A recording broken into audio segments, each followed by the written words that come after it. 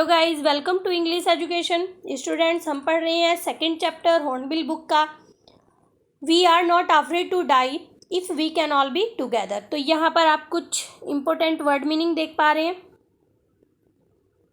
और उसके बाद हम पढ़ने वाले हैं शॉर्ट क्वेश्चन आंसर।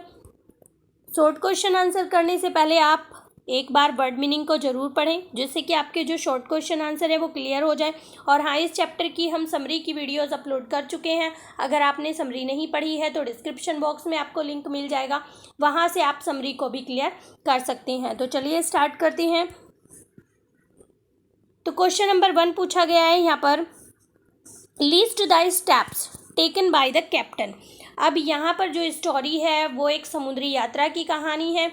तो हम जानेंगे कि जो कैप्टन थे उन्होंने कौन कौन से स्टेप्स लिए और कब लिए। तो यहाँ पर दिया गया है, first, to protect the ship when rough weather begin.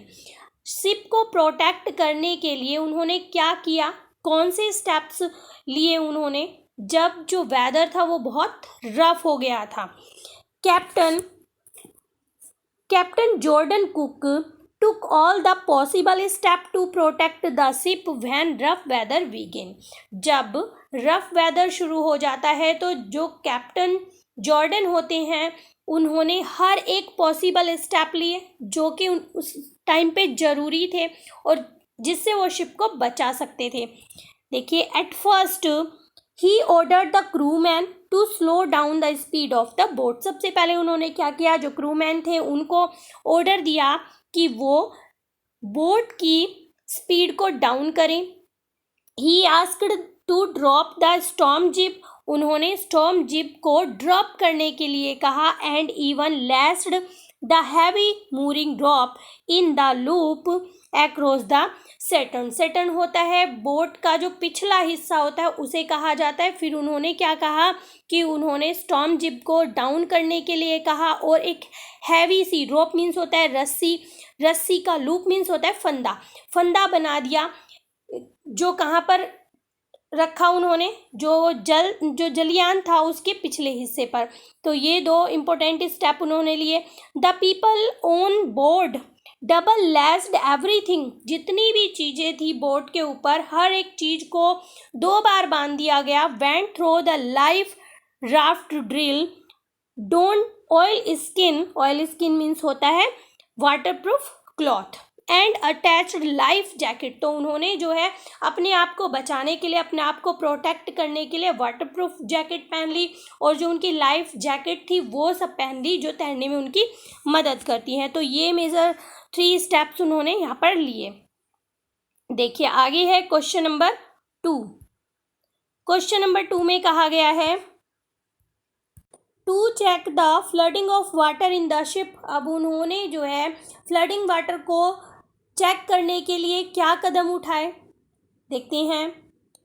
In order to check the inflow of water in the ship. जब इनफ्लो होने लगा वाटर का शिप के अंदर, यानी कि शिप के अंदर जब पानी जाने लगा, the captain stretch canvas and secured waterproof hatch cover across the gapping holes. जो गैपिंग होल्स था यानी कि जहाँ से पानी आ रहा था वहाँ पर उन्होंने जो है एक कैनवस लगा दिया जिससे कि जो पानी है वो अंदर ना आ सके। When the 2 hand pumps got blocked. अब उनके पास 2 हैंड पंप थे, जब वो दोनों ब्लॉक हो गए, ही फाउंड, यहाँ पर थोड़ा सा मिसप्रिंट हो रहा है, he found another electric pump. यहाँ पर आएगा another electric pump connected to an out pipe. तो उन्होंने क्या किया कि उन्होंने जो है एक दूसरा इलेक्ट्रॉनिक पंप लिया और वो किससे, बाहर वाले पाइप से कनेक्ट कर दिया। एंड स्टार्टेड इट, और उसको शुरू कर दिया। In this way he was able to, यहाँ पे वार लिखा हुआ है, यहाँ पर वे आएगा।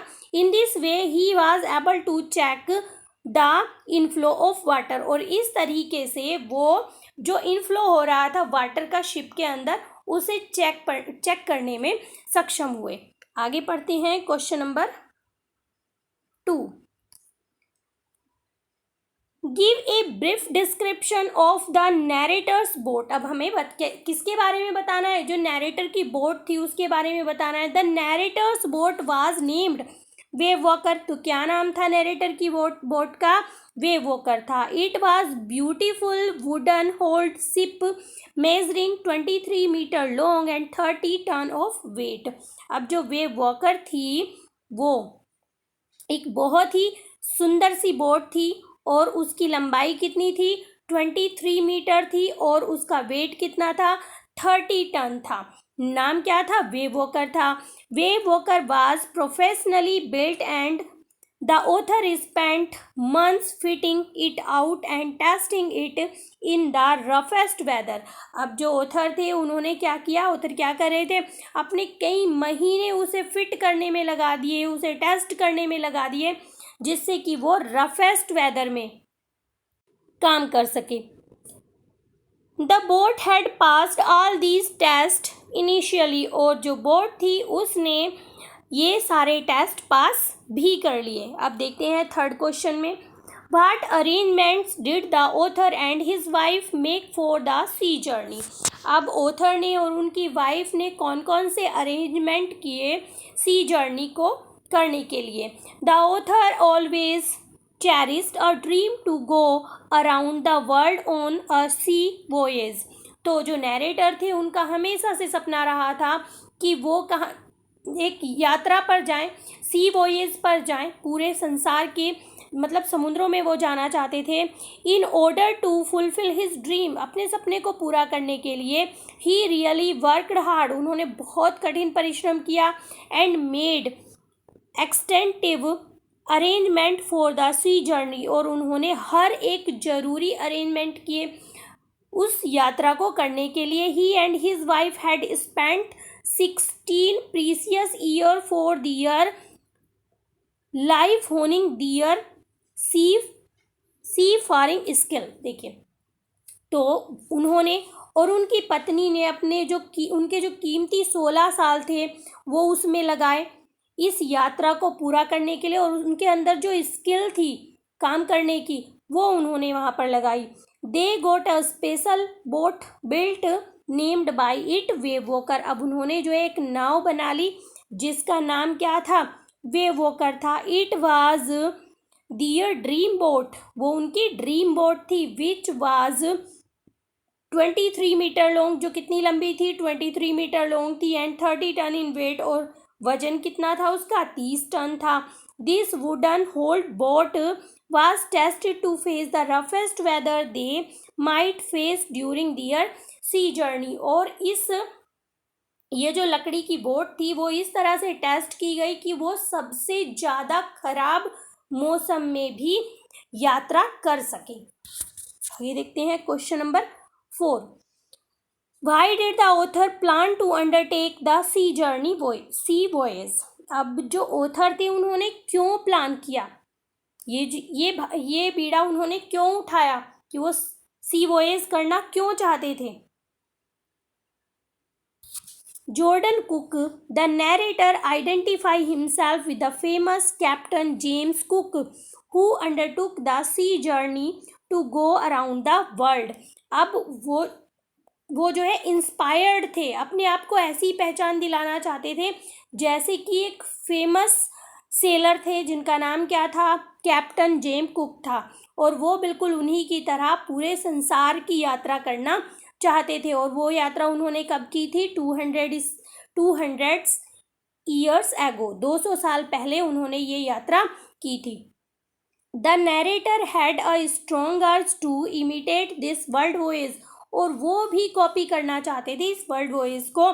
Both the narrator and his wife cherish this dream. अब जो नरेटर थे और उनकी वाइफ थी, दोनों का ही ये सपना रहा था फॉर अ लॉन्ग वाइल, बहुत लंबे समय से। For this they both worked very hard, इसलिए वो दोनों उस पर बहुत कठिन परिश्रम कर रहे थे। The author spend 16 years polishing his seafaring skill. अब जो ऑथर थे उन्होंने अपने 16 साल लगा दिए थे इसे पॉलिश करने में, यानी कि उनकी जो स्किल थी वो लगा दी थी उन्होंने उस बोट के ऊपर। He was adventurous by nature and wanted to realize his dream and also explore the mysteries of the nature।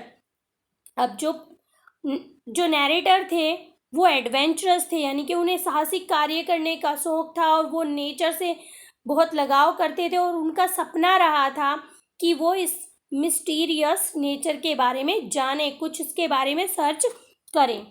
आगे पढ़ते हैं। क्वेश्चन नंबर 5 है, हाउ डिड ऑथर्स वॉयेज बिगन। तो ये जो यात्रा होती है ऑथर की, वो किस तरह से शुरू होती है। The narrator had plan to undertake this round the world journey covering 1,05,000 kilometre in 3 years. तो जो नरेटर थे उन्होंने प्लान किया कि वो जो है इस यात्रा को, कितनी लंबी यात्रा थी ये, 1,05,000 किलोमीटर की थी। वो 3 साल में इसको पूरा करना चाहते थे। ही बिगेन हिज वॉयेज इन जुलाई 1976 और उन्होंने अपनी ये यात्रा 1976 में शुरू की थी अलोंग विद हिज वाइफ। अब उनके साथ कौन कौन था, उनकी वाइफ थी, 6-year-old सन जोनाथन और उनका 6 साल का बेटा जोनाथन था, एंड 7-year-old डॉटर सुजैन और 7 साल की उनकी बेटी थी जिसका नाम क्या था, सुजैन था। They set sail from Plymouth in England और उन्होंने वो यात्रा कहाँ से शुरू की थी, प्लेमाउथ इंग्लैंड से शुरू की थी। तो यहाँ पर आपके 5 क्वेश्चन हो जाते हैं कंप्लीट। आने वाले क्वेश्चन हम नेक्स्ट वीडियो में करेंगे। अगर आपको वीडियो अच्छी लगी है, क्वेश्चन आपको समझ में आए हैं, तो एक लाइक ज़रूर करें। मिलते हैं अपनी नेक्स्ट वीडियो में, तब तक के लिए बाय।